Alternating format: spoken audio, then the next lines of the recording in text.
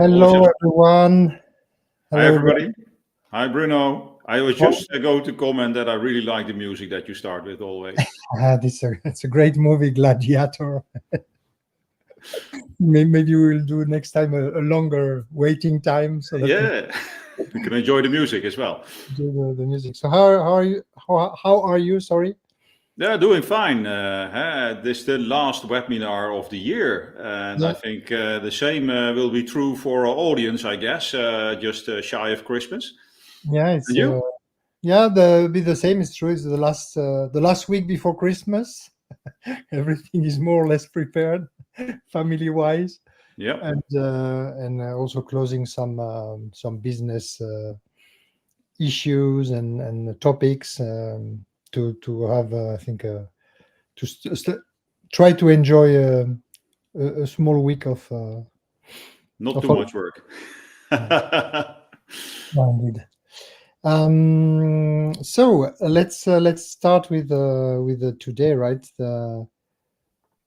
Our webinar, of course. You all know Rob, but let me present him at the last presentation of the year. So Rob, you're co-founder of Food Safety Expert, focusing on training, coaching, mentoring of food safety professionals, and you have over 22 years of experience in different positions, through various positions as quality assurance director, VP in big multinationals like Unilever or DSM, but also privately held companies. And you are also co-founder and co-owner of Food Strategy Institute, and also a speaker. And we'll talk at the end of this about speaking, and author in the areas of quality and food safety. So welcome, Rob. Thank you. Let me return the favor, Bruno.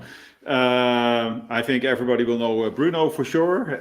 Originally a veterinarian, but already very active and very passionately active in the food industry for 29 years. Having held local and global functions and worked across more than 25 countries.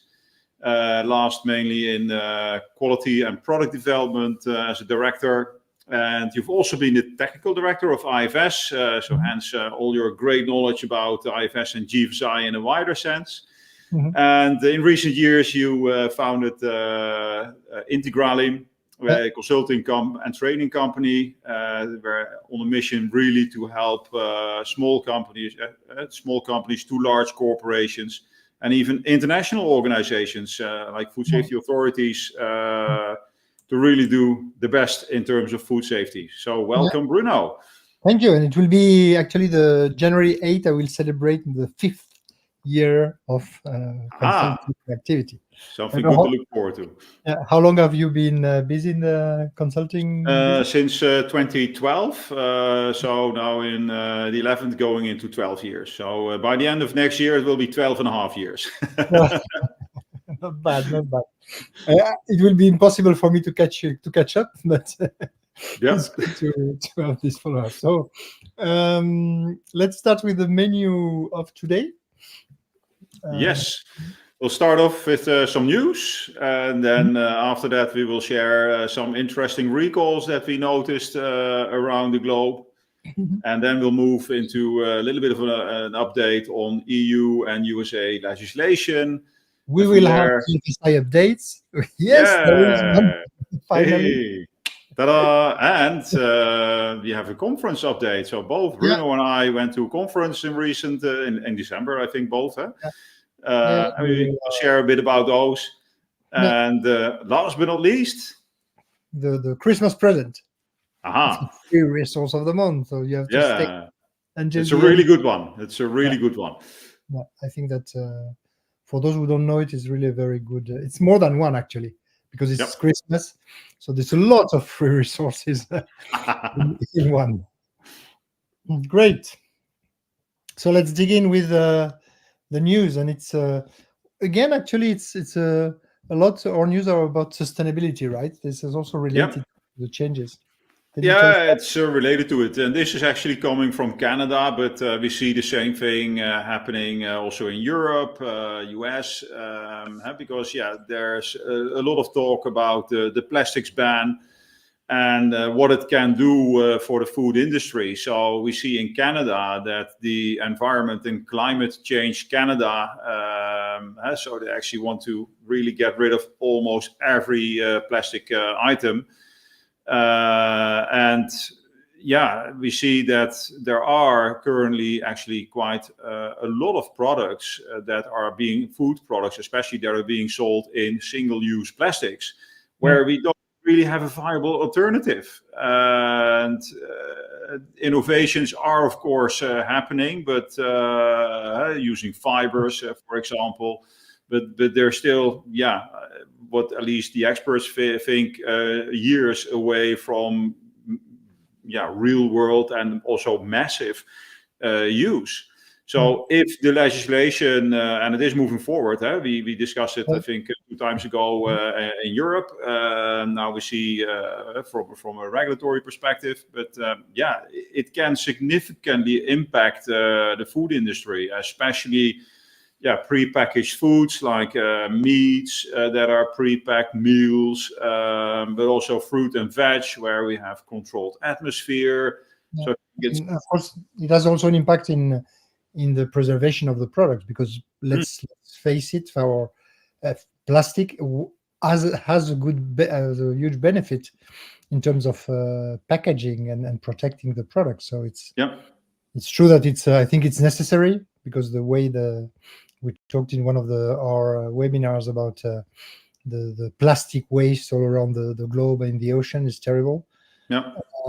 But it's true that it's challenging. It's something that is indeed challenging depending on the industry, the countries. As you said, the alternatives. I heard that seaweed could be an alternative. Use of seaweed as plastic. But then we might be running into other issues, as we'll see a bit later on with seaweed. But I won't spoil it yet. No, but at least that's what some people in the industry are expecting, that we might actually be starting to get shortages, because if the shelf life gets shorter, then that people, companies, retail will adapt, will adjust. Because the last thing they want to have is a lot of food being wasted. So it might mean that there will simply be less of certain products.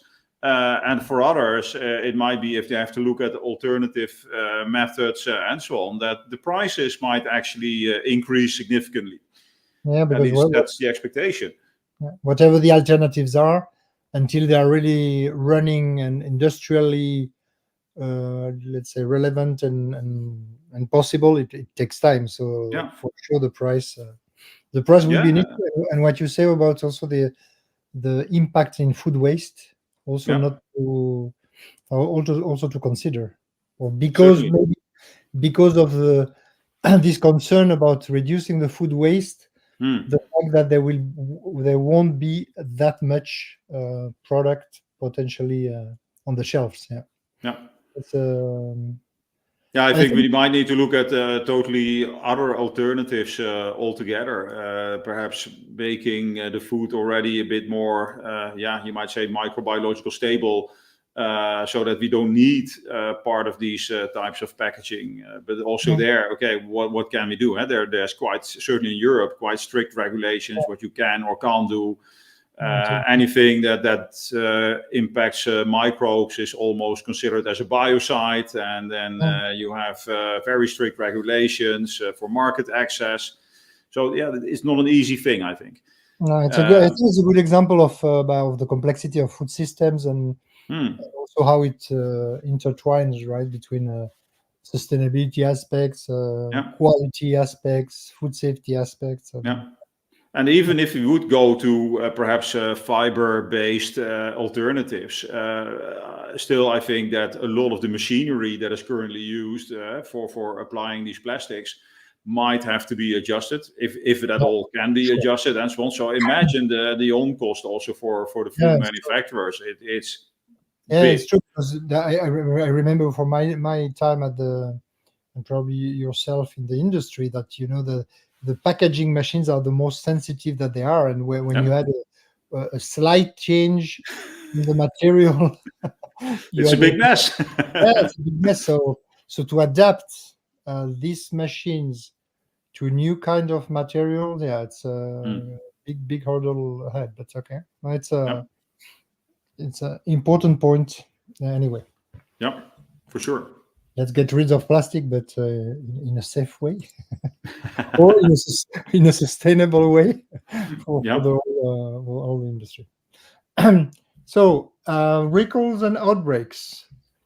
The first one that kind of struck me was on the top left, where the FDA published entire retailer lists for peaches, nectarines, plums that were linked to listeria outbreak, and it has killed one person already in the US and sickened quite a few others.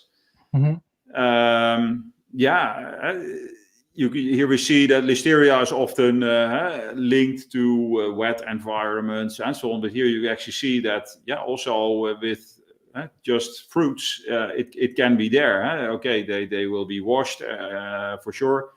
But listeria is actually omnipresent. So you really need to take care. They actually, it hit quite a few retailers, and the interesting thing is that there is a combination of peaches, nectarines, and plums. So it looks like it's at least it might have been processed in the same factory. Mm-hmm. But usually it also mentions the supplier, but it doesn't yet. So I think the FDA knows at least where things have ended up somehow, but are not at the source yet. Yeah, that's always the thing, right? That they, until they don't know for sure, they don't say where it comes from. Yeah. And sometimes they never know. Yep. So it's something to look at. I have one which we mentioned last time, but I think it's the cantaloupe outbreak, which is related to one of the big usual suspects, Salmonella, because there have been a lot of victims cases, and also both in the US, and then it has gone to Canada. Yep. If I'm not incorrect, actually the origin of the cantaloupe is Mexico. Correct. Yeah. But a lot of the cases are related to cut melons or products which have been sliced or cut and mixed and so on. So that I think that's done then locally. Mm-hmm. So it's always, we have to be careful when there is somewhere origin from the cantaloupe, because I guess that most of it comes from Mexico, and that's maybe not an explanation of the source. And there have been more than 300 people sick and 6 deaths. So I think also in the it's something that maybe we are not so aware of as a consumer, that fruit and vegetables can be very critical too. Yeah. In terms of contamination, when you slice the product, the contamination from outside that goes inside the melon, and also that's where the good old proper washing fruit and veg before you eat them is still a very sensible thing to do. At least it might get rid of some of the bacteria, and certainly if you cut it, also reduce the load for you. That's certainly a big thing. And that's also a risk when you buy things that are cut, let's say on an industrial scale, or you don't know actually how it is done, where it is done. And there is nothing easier than cutting the fruits yourself. So this is something where we've gotten, I think, a bit lazy, and then there is a risk attached to it. So you wanted to talk about seaweed. Yeah, seaweed. Actually, there were several notifications in the EU where there was a high iodine content in especially roasted seaweed from South Korea and China. That was coming into the EU, but mainly imported through the United Kingdom. So by the looks of it, I think some of the EU authorities are a bit more on the lookout for these type of products. Of course, it's a known thing that in seaweed sometimes you get an accumulation of iodine. That's the nature of seaweed. Iodine, of course, has its place also as a nutrient. We need it as humans usually. And if there's a nuclear disaster, we want to have a lot of it. So keep some seaweed in case of nuclear disaster. But yeah, using it as a packaging material, that might actually increase iodine levels in our food to the nuclear level, so to say. So that's at least a link that I made back to the previous remark. But that's one you hardly ever see. So that's why I just put it forward to show, like, okay, there can also be things with seaweed. And also to make people aware. I think also in today's world, we see more and more companies also looking into seaweed and then seaweed derived potential things like chlorella and so on. So iodine can be a risk. Be aware. We have Sarah from Qatar, who's joined the webinar. Hello, welcome. Okay, welcome. And I wanted to talk about sushi. I love sushi. Sometimes it has seaweed as well. There's a lot of seaweed in the sushi, so we will take care about the iodine content of the seaweed around the sushis and the makis. Here, I want to talk about an outbreak that took place last month in the US, and which was also quite massive, with also almost 300 people sick from one source, which is one restaurant. And here, so we've talked about listeria, salmonella, iodine, chemical hazards, and here it's a norovirus. So and it's always, I think that this is very underestimated, because in all the countries in the world, you have clearly potential contamination in the food service and the restaurant industry. When you look at all the outlets that can exist in different cities and the different kinds, and how the last week I was wandering in Paris, looking at some restaurants, and the street we were looking for some food, and when you look at the guy who's at the cashier machine, at the same time he's doing some these takeaway small shops. So I think that the impact actually is much bigger than the one which is mentioned by the news. So that there are like 10 cases mentioned worldwide at a big scale, but there may be hundreds. They are showing hundreds. Certainly things are reported because a lot of people don't are not severely ill, don't go to see their doctor, whatever, it doesn't get noticed, and so on. So usually the numbers that are reported here, you can easily multiply those with 10, and then you come to a realistic figure. And I think also that the sushi thing, it shows that the norovirus, it is food transferable, and it is very well known if you do a lot of cruises.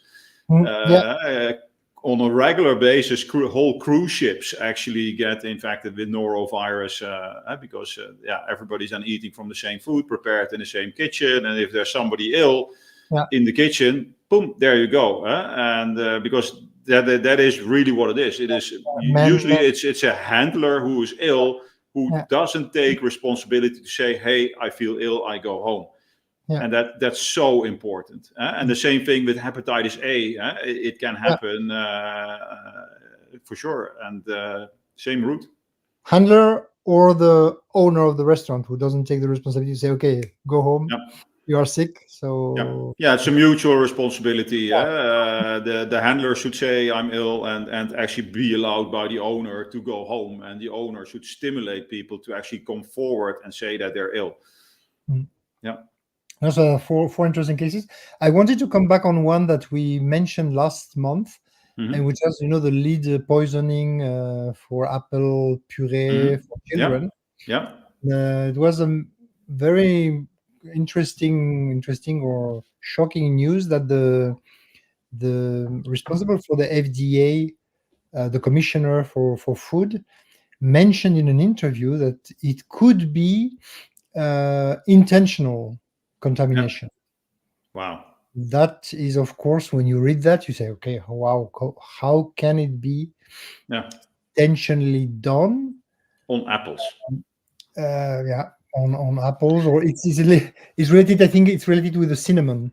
Oh, the cinnamon. Yeah. Yeah, but even then, lead doesn't have specific purposes. And if it's cinnamon, I could even imagine that it could have been in the soil where you actually you take the cinnamon from. Yeah. Because that's a known effect, that sometimes heavy metals are in the soil and can easily come into a crop. Yeah. So intentionally it's like, in the Peanut Corporation of America issue, intentionally can also mean not that you put the lead intentionally, but that you intentionally use an ingredient, although you know that the content is high. Yeah, that could be the case. That they knew it was there and they just still put it on the market. Yeah, thinking, okay, it won't be noticed, but unfortunately, of course, because of the use of the target users, the children, it had an impact. So it's something that we will follow up in the next. Yeah, then it's becoming a food fraud case. Yeah.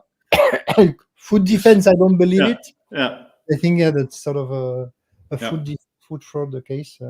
Maybe we have to add a chapter in review. Okay, then let's go to our legislation expert, Rob. You okay. Talk about smoking. Smoking. EFSA, they have recently reassessed the safety of 8 different smoke flavorings, because smoking, you think it's always done with smoke. It's not. There's actually chemical substances that you can use as a flavoring that will give the smoke flavor. But actually they found that out of the 8, 6 of them contained genotoxic substances, so they can they can cause cancer in the end, or change your DNA. So that's not helpful. No. And the 2 others they couldn't really assess because they didn't have all the data. So that's really interesting. So EFSA is now advising consumers to maintain, as they call it, a balanced diet and minimize the exposure to smoked products. So smoked salmon, smoked meats, cured cheeses, and what you see on the right hand side of the bottom picture, perhaps smoky barbecue sauce that you can purchase directly. Potato chips, where we have a lot of flavorings.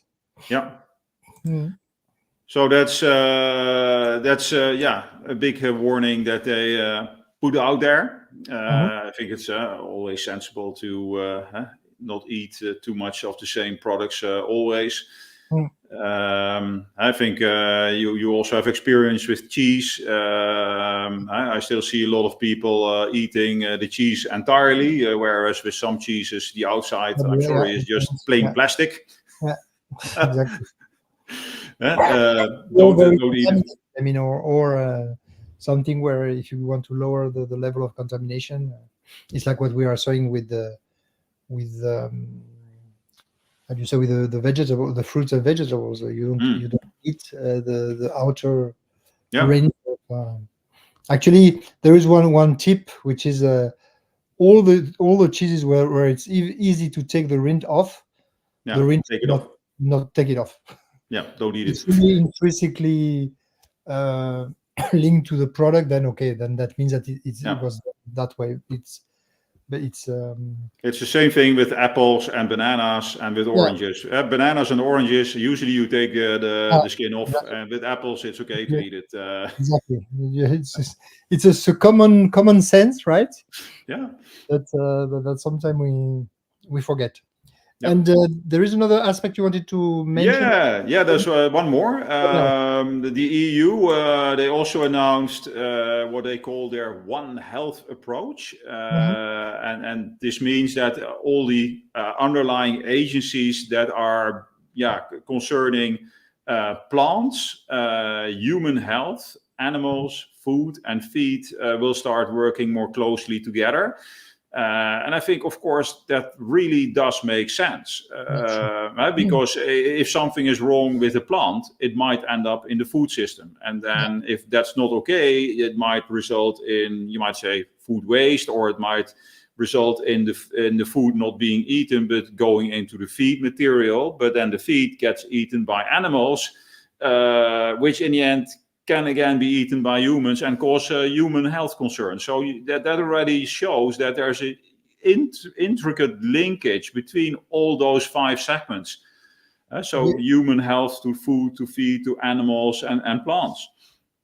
And actually, we know it for a long time, at least since ESB, where you had also a very good linkage between the feeding. It was not plant related, but the feeding basically replacing plants with the flour of proteins, proteins to animals, and then to food, and then to humans, and to Kruijsveld, Jacob, and humans. Yeah, correct.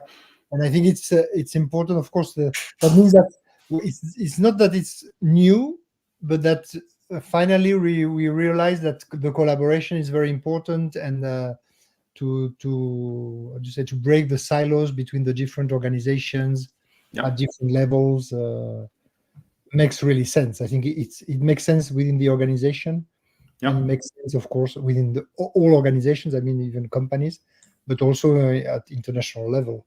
Yeah. And actually, by working more closely together, we see those transgressions, you might say, into the other domain. And if these authorities are already working more closely together, then they can also act quicker, sooner, better towards the entire global supply chain, and not just a food supply chain or a feed supply chain, and so on. I think it does make sense. Yeah, of course, surely. You wanted to talk about some tools, I think, about traceability tools? Yeah, the US, of course, they have launched their final rule on advanced traceability. That will go live in 2026. And so, companies are starting to prepare. And I think one good thing of the FDA, because the texts, as you said earlier, that they write sometimes are illegible. But at least they what they did 2 years ago is the FDA organized basically a prize draw for companies to send in free or cheap traceability tools. And at that time there were 14, if I remember correctly, tools, some paid for and others for free. And they actually have recently released new resources to also help company owners and quality managers really understand this food traceability rule. So they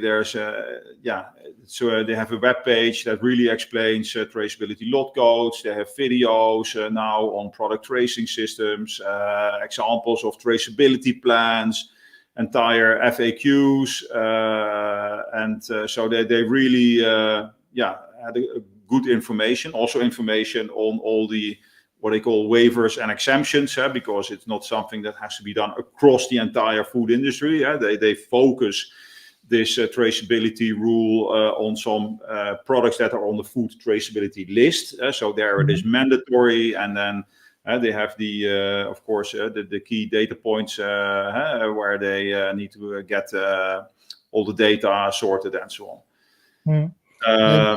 Yeah. Indeed, it's something that I think that some other countries do as well, but the US do quite good, is provide tools to help as guidance, or even as operationally to help in the execution of the legislation.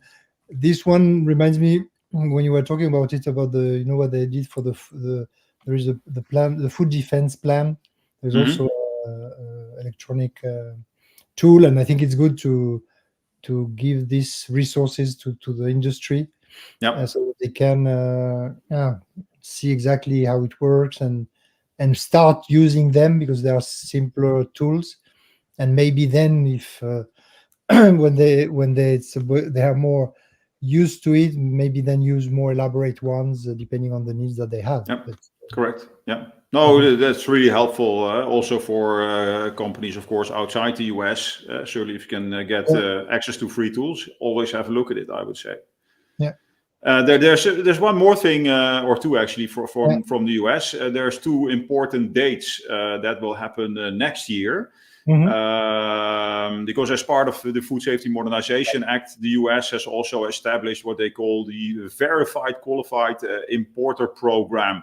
And those are importers where basically the FDA has looked at the way they manage foreign suppliers. Mhm. And everybody who has is registered as a verified qualified importer, VQIP, Yeah. Mhm. yeah, can go much quicker across the border with the goods that they import.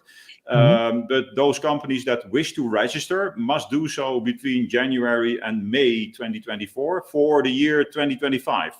Okay. So that's an important date. And also next year, again, is an even year. And every even year between October and December, every company that has an FDA registration number needs to reconfirm, re-register with the FDA. So that's another thing which will be upcoming.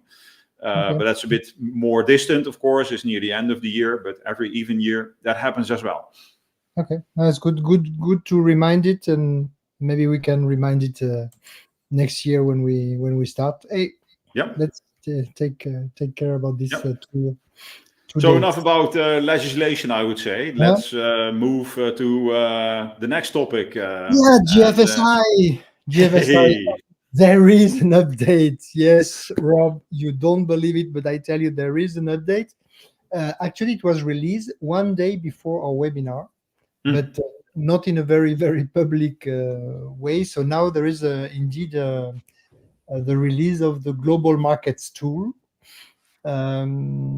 which is also free to download in the GFSI website. It's new. It's not that entirely new.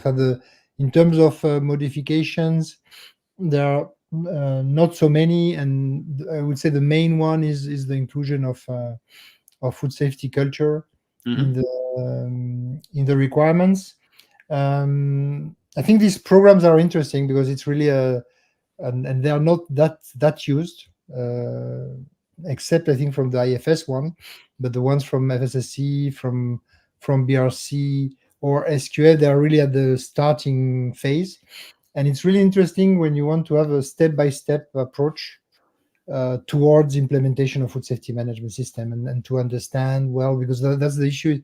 The point is about capacity building, and of course you have to guarantee the food safety as a whole. So there is this basic level where you have HACCP, but to roll it out as a food safety management system with continuous improvement and corrective actions, and this kind of and internal audits. But then it can take more time. So I think that's the main interest in the global markets program. Yeah. There is So what they have done is basically to write some guidance around the checklist, because the previous version they just had the checklist released, and everybody was doing what they wanted with it. Fact is that the different standard owners from the GFSI benchmark standards created their own, let's say, global markets program with different names, integrated them in a framework as they are used to do, like the assessment process, the competencies of auditors, and so on, or assessors, and that was missing in the source one, the original one from GFSI. So that's what they talked about program. There are the different requirements as a checklist, and you have also a document about a training and competency framework for manufacturing, and you have also sort of guidelines on how to write the assessment letters, because it's not a certification, it's an assessment letter that the companies, that organization that do these assessments respect. If they use the global market brand, they have to put the logo GFSI plus the global markets program logo. I think it's good that they do some clarification on that. This is nevertheless the first step, because what they have talked in the conference, we will discuss later on, and is that there was also a presentation by GFSI. Actually, there is a coming completely revision or revamping of this program, with also a platform that will allow exchange of information between buyers and suppliers. So that will be less a checklist than really a sort of platform where the companies will be able to tell which kind of initiatives they are following in their company, the assessment that they have, potentially the certificates that they have.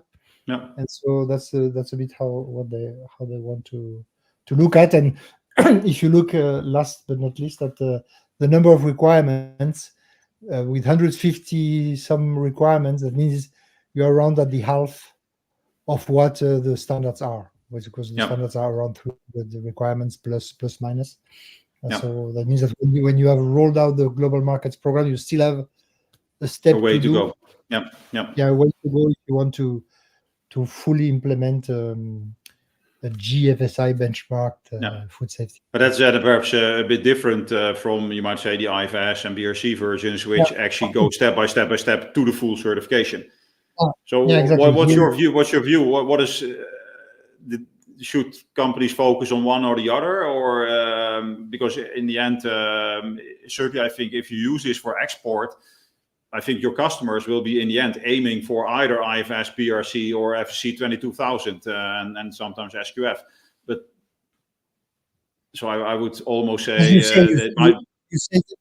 as often the question lies, the answer lies in the question, because you mentioned the customers, and I think it's very important is that, do you have customers that today already require at the end, or will require BRC or IFS or FSC 22000? That's something that based on the number of certificates, based on the structure of the retailers or the customers, the kind of customers that you have. And there are, let's say, there are BRC countries, IFS countries, and FSC 22,000 countries. And then you have the countries where there is not actually even there is no certification bodies, there is no presence of standard management owners, or very, very few. And that's where I think that these GFSI global markets can be interesting. If you don't have prescribed standards within the country, within the market, then go for the GFSI global markets as a step-by-step approach. If you know that at the end, in 2 or 3 year times, you will have to implement either BRC or IFS or FSC 2000, then go for their own development programs, because there you already put a step in the final certification. It's more directly. For sure, that's a bit the view that what I would recommend. So use it if there is no capacity, if there's a scarce capacity in terms of auditing certification in your country, you can use this very, very well, and it's quite sound program. But if you know that at the end you will have to get a certification from one of the standards that we mentioned, then use their own step-by-step approach. I think it will make more sense, because there are as you very well know, there is vocabulary, there is also the different systems approach of the different standard, and I think it makes sense to take into account the market at the end. Fully agree. So the new topic of our menu, the conference update. So tell us. So you were at the FI Europe. So can you tell us more about what it is and how? FI Europe is both a conference and connected to this big trade show, Food Ingredient. That's where FI stands for. It's, I think, the largest food ingredient trade show globally. They have way above 2,000 exhibitors there. This time it was in Frankfurt. Usually they kind of alternate between Frankfurt and Paris, but I heard that next year will also be Frankfurt again. And they have the trade show has 40,000 odd visitors. So it's really a big one, and it runs for 3 days, Tuesday to Thursday, and usually on the Monday they have a conference prior to that, focusing on all the innovations, new things that are happening in relation to food ingredients. So if you're purchasing a lot of ingredients or in the ingredient business yourself, I think it's really almost a must-go conference and trade show to go. And we are a content partner with the organizing group that's Informa, in Informa Markets. They host this conference. And I was asked during the trade show, actually, because also throughout the trade show they have separate podia, several forums to host presentations and discussions. And I was asked to host a panel discussion on the theme of food fraud.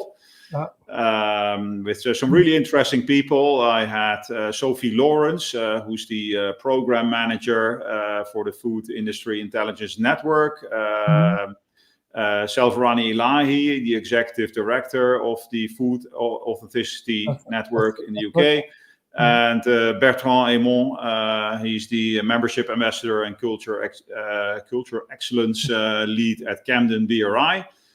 And we really, discussed a lot. So we went through all the different categories that you have in food fraud, like adulteration, substitution, theft, misrepresentation, illegal processing, waste diversion, documentation fraud.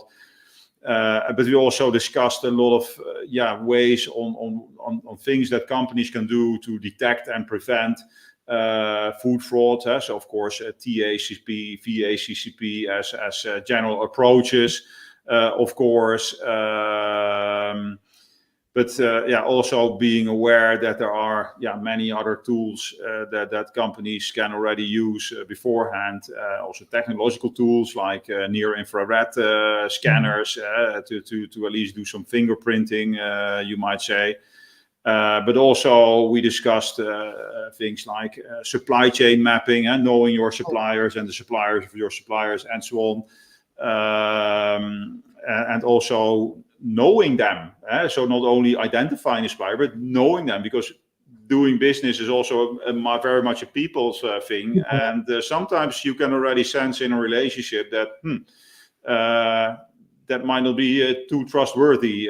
So then you need to take extra care, of course. That's true. I like that, because in my trainings, I often say that you almost need to know your supplier by first name. If you're not on first name basis with your supplier, then that means that the level of confidence or trust that you may have is not that high, and Yeah, correct. Correct. it's people. Yeah. Yeah, and fraud And is, that's some really, really interesting other things, like trying to keep supply chains as short as you can, and not always go for the lowest price, but manage that. Be aware of the company culture of your supplier, but also of your own company culture. Because it could be, if you don't have a good culture and people are disgruntled, you never know what a disgruntled employee is going to do. That's something that can really harm you. And of course, there's much more that we can now do nowadays with digital information, data mining, and then connecting databases and so on. But I think there were some really good remarks also that if the price of a commodity it looks too good to be true, then usually there's something wrong with it. There is. It is a warning sign. Boss, I have a great opportunity. No, that's price is so low. We need to, but it's only today. No, it's a typical catchphrase. We need to act quickly. Usually, it's not a good. And of course, testing, that is something that we should keep on doing. That's so. Those are some of the great insights that were shared and discussed during this panel discussion. Great. And what about you? Where did you go, Bruno? So I went to Dubai. I was invited to speak at the Dubai International Food Safety Conference. It was already the 17th edition. I must say it was a huge event for my. I never went. I didn't go to the FI Europe yet, but as a conference venue, was almost 2,000 people there from different parts of the world. The topic was about climate change and food safety. Actually, it's a bit what we were discussing at the beginning of our webinar. There were different, very interesting talks about mycotoxins. There was a more technical conferences part about mycotoxin and how in the Mediterranean in particular, the raise of the temperature will have a big impact on mycotoxin and also ways to prevent it. It was quite interesting because it was not only theoretical but also practical in terms of implementing sensors to be aware about the humidity, the temperature rise in the storage of the different commodities that are sensitive to mycotoxins. So it was a good one. There was a part about culture. The importance of culture with Bertrand was both at the FI and then went to Dubai. It's like the Oscars night when sometimes you have some actors that are on Saturday in France for the French prizes, and then they go to the night and then the Oscars. I think is Bertrand, what Bertrand does. Anyway, so he did a very good, nice workshop about culture excellence with their partner TSI. It was about corrective actions, and it was very very practical. There was a great session about the movie Poison we talked about. So there was Frank Yanas, there was Daring Detwiller, one of the father of this young boy who died 30 years ago, contaminated not directly because he didn't eat the mincemeat, but through a friend of his.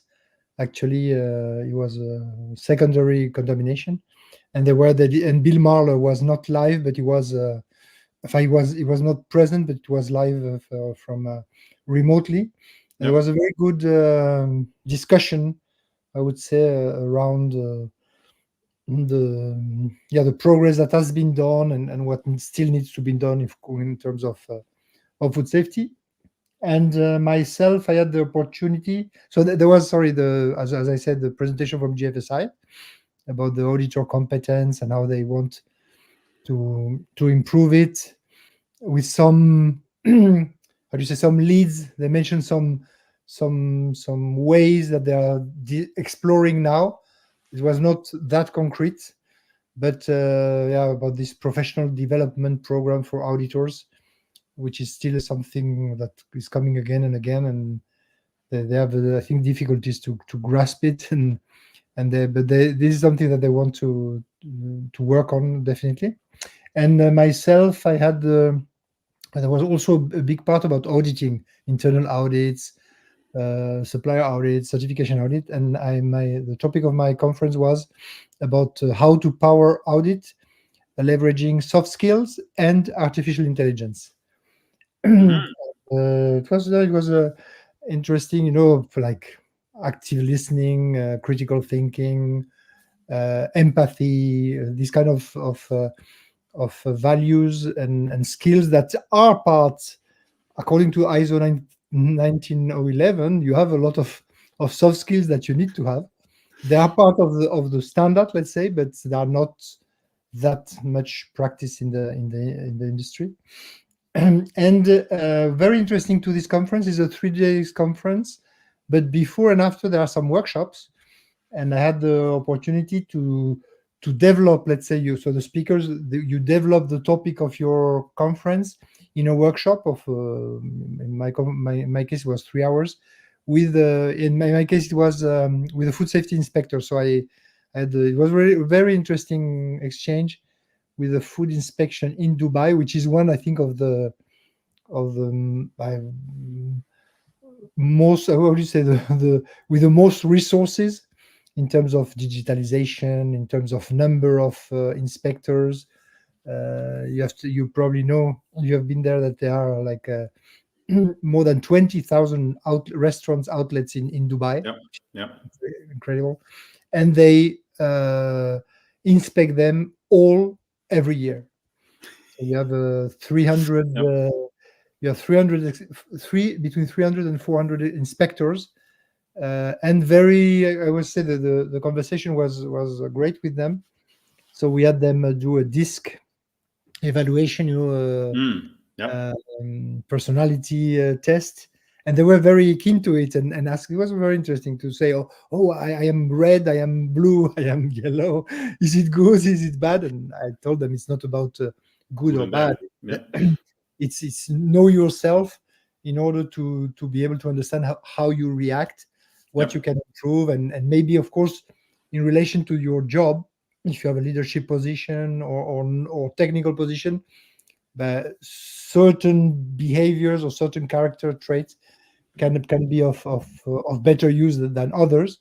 But you can always compensate. It was very interesting, and we had sort of exercises with them. I think it's actually what I learned from these conferences is very important is the networking, right? And I think it always is. Yeah, not only for us as a consultant to be able to. No, for everybody. For everybody, you get to know new people, others in industry. You forge new alliances. Yeah, exactly, and also to know some, as you say, some colleagues from other companies, from other, and you realize that they have the same issues that you have, so there can be definitely a help in your progress, and it's I think it's really important. I did it maybe not enough when I was a quality director or quality, but I did that at the end. I was more sensitive to it. I think it's very important to get at least once a year to one of these conferences. Maybe not these ones, but there are a lot of conferences all over the world, and to be able to get out of your comfort zone and to build alliances, as you said. Yeah, and if you take the mindset of wanting to learn something new. Personally, if I go to a conference, I put myself to the test. I always want to bring home at least 10 ideas. Yeah. And if, for instance, in the past, when, for instance, at Unilever, I was doing supplier auditing also for Unilever, I also made it to a habit to always identify 3 positives during the audit at the supplier that they were doing better than Unilever. Yeah. Okay, that's a good. I think. Good, Good approach. If you put yourself to a target, you can get so much more out of it. Yeah, of course. It's not just it's not passive listening. No. It's really okay. I'm here to grasp the ideas and to improve What myself. can I learn? Yeah, that's a very good tip. So we come to the end of our webinar with the present free resource of the month. The free resource of the month. Yeah, the big Christmas present for everybody. September. Wow. There it is. So tell us a bit more. Yeah, S-Safe. It's a foundation. I think also Pricewaterhouse is participating in it. So really a cross-industry collaboration. And they basically focus on what they call projects to solve certain problems that they see happening in the wider food supply chain. And they've already completed a lot of projects, and what they do after completion, they make the results available, and very often the results are actually a tool set, some training, and make those available for free. So you can really download those for free. So they have a food safety culture tool, a food fraud vulnerability assessment training modules, food fraud vulnerability assessment tool linked to this. Also, one of the things that some companies experience in their lifetime is mergers or acquisitions. And all too often food safety gets forgotten. So they have some really good guidelines there to not forget it and think about what could be the things that can go wrong. Sometimes they dive into much more very specific areas. They have a global dairy farming food safety training. Or a food safety training for food manufacturers in China, obviously in Chinese, so that's only relevant there. But also, more high-level topics like Industry 4.0. So what do we do with this interconnected industry, and what is the impact on food safety? We forgot to type the E there, but it's a guide, of course, not the Git. So I can really warmly advise you to go to ssafefood.org and bookmark them. Visit them at least once a year, like you go to at least one conference a year, because I'm certain next year there will be new tools, new stuff for you to explore, and it's really interesting. Now there are major companies, right? Coca-Cola is part of it, Givaudan, but there are others, I think. It's really a very big collaboration network, which shows also that the collaboration is key in food safety. And I agree with you. It's the food safety culture tool is actually a part of the culture excellence module focused on people, and you can really do your assessment yourself. Basically, with a questionnaire, there's a link, and that you can, for instance, give to your employees, and then have a sort of it's a sort of an assessment on the people aspect of culture, and it's very interesting. Food fraud vulnerability I've used also in the past. It's quite comprehensive, maybe a bit too comprehensive, but very interesting the way it is constructed, and the question to be asked, very, very powerful. And indeed, the one about the last one that we talked about Industry 4.0, they make a summary of the best practices and the way forward, and I think it's a very good resource and very good work that they do. I mean, it's for me, they are. I have them already bookmarked, and I follow also Quincy Linsauer, who's the head of the S-Safe. You can also follow him in LinkedIn, and he always gives updates about the new topics that they have. The new stuff. Launched. No, so it's a good. I think it's a good Christmas present for those who don't have that in mind. There are so much tools that are available that we will continue disclosing during our next webinars, because we will continue next year, right, Rob? Of course. Of course. Looking forward to it. So, we come to the end of this webinar, the last one of the season. So, wishing very nice holidays and Happy New Year for 2024. And we'll set up the date for the next one in Jan. In January. Yep, for sure. When we are rested from the Christmas holidays. The new year. Yeah. New year, boom, and so on, and to have a review with Yep. you. Perfect. Because And of course, you can contact us with the via the link, 3 links that you see here. Yeah. Feel free to do so. But Yeah, we just will say, rest a bit during the holiday season. yeah, don't hesitate. Indeed, you have our contact details, and I think it's nice when people contact you about I always answer, even to those who say to me, "I need a job." Yeah. Some You never know. Yeah. you never know. No, it's a good. Thank you, Sarah, for your wishes. I hope you have also restful Yeah. time. And Also, Ravi, thank you. yeah, all the best to you, and see you in 2024. Perfect. Thank you all. All the best. Bye-bye. Bye bye.